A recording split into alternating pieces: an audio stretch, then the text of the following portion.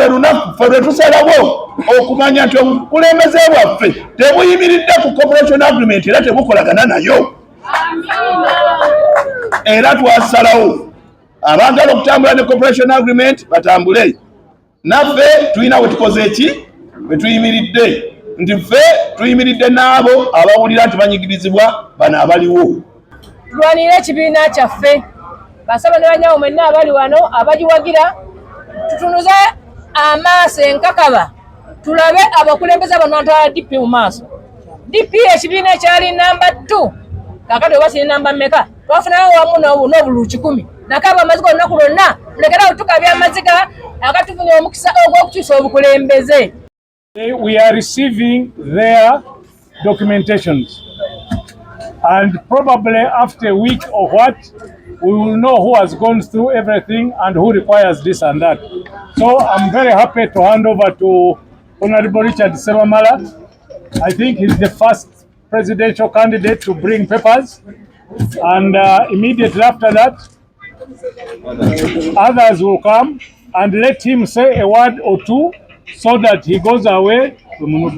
He goes away, and we do the rest. Honorable Richard.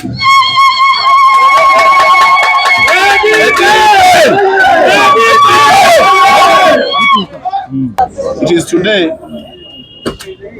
that we have come to change the face of this party.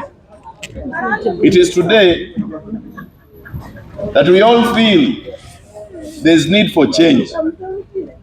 It is today that we start the moment to face the truth, to tell the truth to power.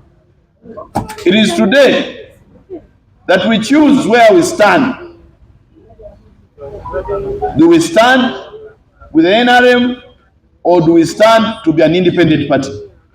It is today that I call upon all my brothers that were in this party, all of those that love Democratic Party, to come back home. It is today that I assure you we are going to move as comrades, build the party structures from the villages, the parishes, the sub-counties, the districts, the constituencies, and the national level. It is today that everything in Democratic Party must change. It is today that we respect everyone in this party. It is today that we don't decide who is part of the party and not, but to know that everyone that is on this ground is equal. The President General, the Secretary General, the member in Chanamkaka, the member in Kotido, the member in Agabu. All of us in Democratic Party, we are equal. It is today that we start a new chapter to protest against any cooperation agreement. We are not pro-cooperation agreement, and it has to be very clear. And that is the line. You either with them or with us. It is today that we shall support everyone that is in this party to achieve their dreams, be it a councillor, a chairman, a member of parliament. It is today that I promise you that we shall mobilize funds. We shall not need to lean on anyone to get money for this party. It is today that we bring back love, unity, peace, prosperity to this party. But above all, it is today that Uganda has gotten a gift of leadership that is going to be only invested in truth and justice in service delivery. It pains. It really pains when you find people on the street. It pains when you find people without safe water. It pains that we still have jiggers and bed bags and everything. It pains that our kids do not have jobs. Human rights are being violated. But with truth and justice, this party belonged to the lowest of the lowest. That's why the rich kids used to go to the same schools as the poor kids, because every region had the same type of education, same teachers, same hospitals, same everything. It was truth and justice. It was justice is truth in action, and we have to display that. It is today that we are not going to attack anyone anymore. I repeat, it is today that this election is not about attacks, but a win. And I assure you that we shall bring a win from Barara. And I assure you, we shall bring a win from Electoral Commission 2026. Let us stick together. It is not my party. It is not your party. It is our party. For God and my country. Democratic Party ne gwanga lino binunulwe. Olunaku lwa leero lwe lunaku Mukama lwasazeewo obukulembeze mu kibiina kino buddemu bukiririze mazima n'obwenkanya.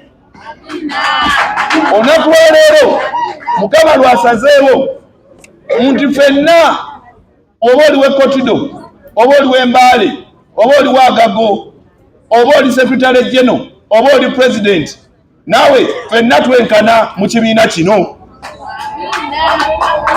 Leero lwe lunaku Mukama lwasazeewo nti buli muntu okuva ku kyalo, okuva ku Muluka, okuva ku Gombolola, ku constituency oba ku district agenda kuddamu akkiririza mu Democratic Party, ng'amanyi nti Democratic Party teyimirira wamu n'abantu banyigiriza abantu babba ssente bakole ensobi zonna, naye eyimirira n'abo abasembayo wansi era ekwatira ku muntu asembayo wansi.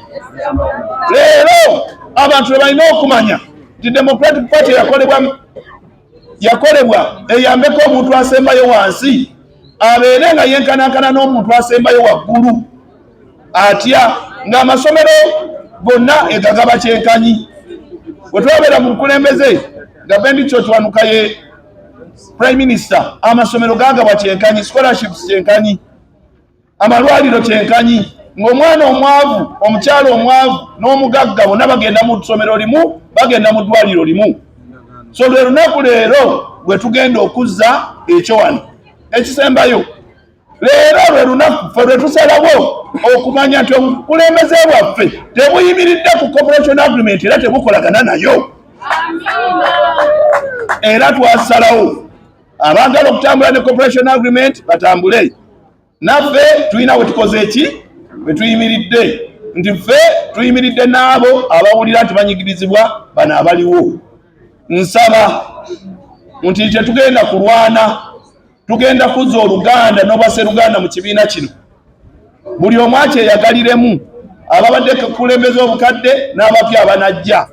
Buli muntu gy'ali abeere ng'awulira Democratic Party kikye, nga bajjajjaffe baali, bakitaffe baali, era naffe nga bwe tuli. Nti Democratic Party ebeere yiyo, otambule nga naawe ogyenyumirizaamu, era ng'okimanyi nti eyimirirawo ku nsonga ezizo ng'omuntu asembayo wansi, naye ng'ate n'abasingayo waggulu era tebanyigiriza, nga ffenna tuli baki tulamulwa kyenkanyi era nga buli kimu kifuluma mu mazima. 2026 njagala okubabuulira nti olunaku olwaleero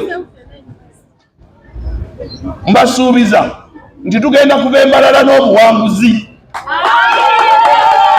Tetujja kukola okwo, era mbasuubiza nti 2026 mu Electoral Commission tujja kubayo na buwanguzi kubanga tumanyi ekyokukola. Tulina gye twava, tulina we tuli, tulina we tulaga. Ebyo bya lulala. Mbasaba musabire ekibiina kino tutambulire wamu era tuwangule ffenna, tutambuze ffenna obukulembeze nga tuli ffenna ku lwa Katonda n'ensi yange. Odipraye. Sebamala aye. Dipraye. Marara tuja, marara tuja. The thing is missing. We don't tell her you have not nominated. Go and get this.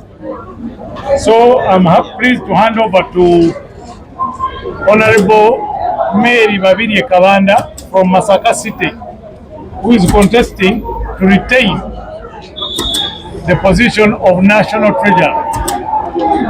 When you see all this, you see money. Now, so you check, ugenda kuziyita muzonna tulabe nti buli constitution gye wakola kyeyeetaaga mu ekiri ugenda olumbe osibire mu parliament. Kakati tetwetaaga nduulu kayogereko kuba enduulu si ke kalulu. Dear members, dear colleagues, the supporters of Democratic Party, I'm Babirie Mary Kabanda. I've been the National Treasurer, and I'm standing now again to become the National Treasurer once again because I'm tested and trusted. I'm still trusted. I'd like to thank the Electoral Committee for giving me an opportunity to stand again. For me, I feel I should take this responsibility because in 2015, I stood as Deputy Treasurer, the work which I did very well, and in 2017, I was the acting National Treasurer because our Treasurer, Honorable Chikungwe, died in 2017. In 2020, in Guru, I came back. What I have forgotten to tell you that when I stood as a Deputy National Treasurer, I was out of the country and I was elected in absentia. Then I came back again in 2020 in Guru. I was unopposed. They didn't give me that position of unopposed because there were no people, but depending on what I have done for DP, even this time, I don't expect anybody to stand because I've done a lot to DP. I deserve to stand as unopposed because of what I've done. Many people have gone away from DP. For us, we said we are going to remain DP, we are going to build a DP, and the DP will become strong again. What you need to do, you and me, is to look critically, assess and analyze all the candidates, and then we shall get there where I want to go. I'm happy to inform you that where we are now, DP has a home. If it was not Babirie Kabanda, we wouldn't be here. I stood and got money. Don't ask me from where. I got money and I worked together with the NEC and the management committee who agreed. They sent me to get money anywhere I would get it from. I got the money. We bought this place over 1 billion. And there are 2 plots. There's another plot there. If I come back again in office, we want to have a very beautiful office here. We're going to construct a desirable office for Democratic Party, a home for Democratic Party. DP. Sasa wamazika nga sangule nzije wano newandiise wanga naziise kosa gulo mwanyinazi aine mdemu nga 3 omwezi ogwedde ogwa January era naziika naye nsazeewo mpango enjagala ku DP nensalawo amazika nga teeka ku mpaji nzije wano tulwanire ekibiina kyaffe basaba ne banyawo mwenna abali wano abagiwagira tutunuze amaaso enkakaba tulabe abakulembeze banatwala DP mu maaso. DP ekibiina ekyali namba 2 kakati oba kiri namba mmeka twafunayo wamu n'obulu 100 nakaba amazika olunaku lwonna mulekera otukabya amazika akatufunye omukisa ogw'okukyusa obukulembeze tukyusa abakulembeze abalina DP mu mutima. Nze mbadde sisuubira ku neesimbako kambabuulire baba osinza byenkoledde DP sisaana kwesimbwako muntu n'omu.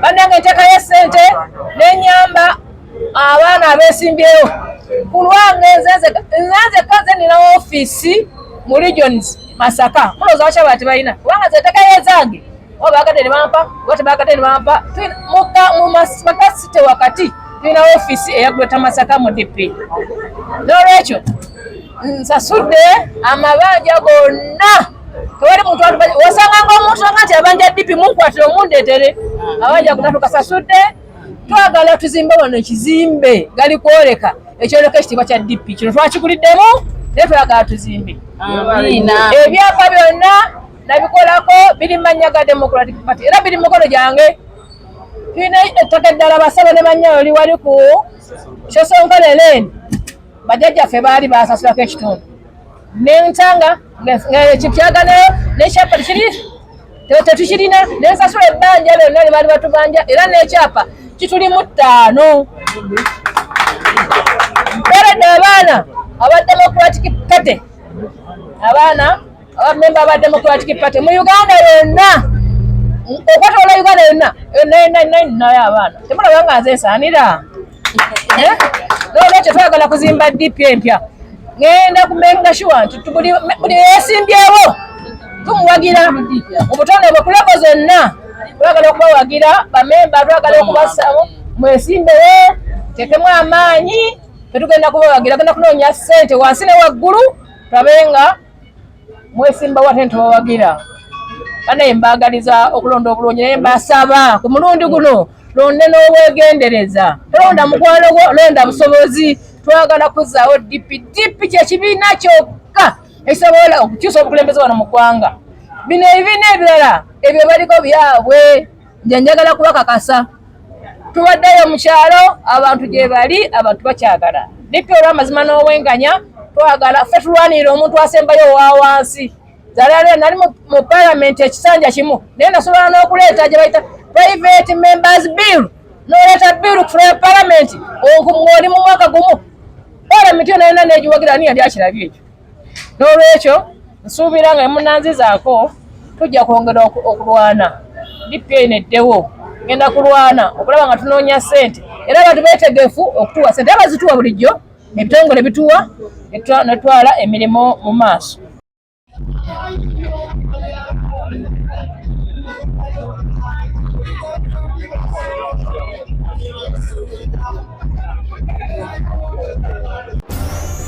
Omusumba ye n'asaba n'agamba bagawugule gagende ewakuuma 13 era mbyagalira ddala pulezidenti wange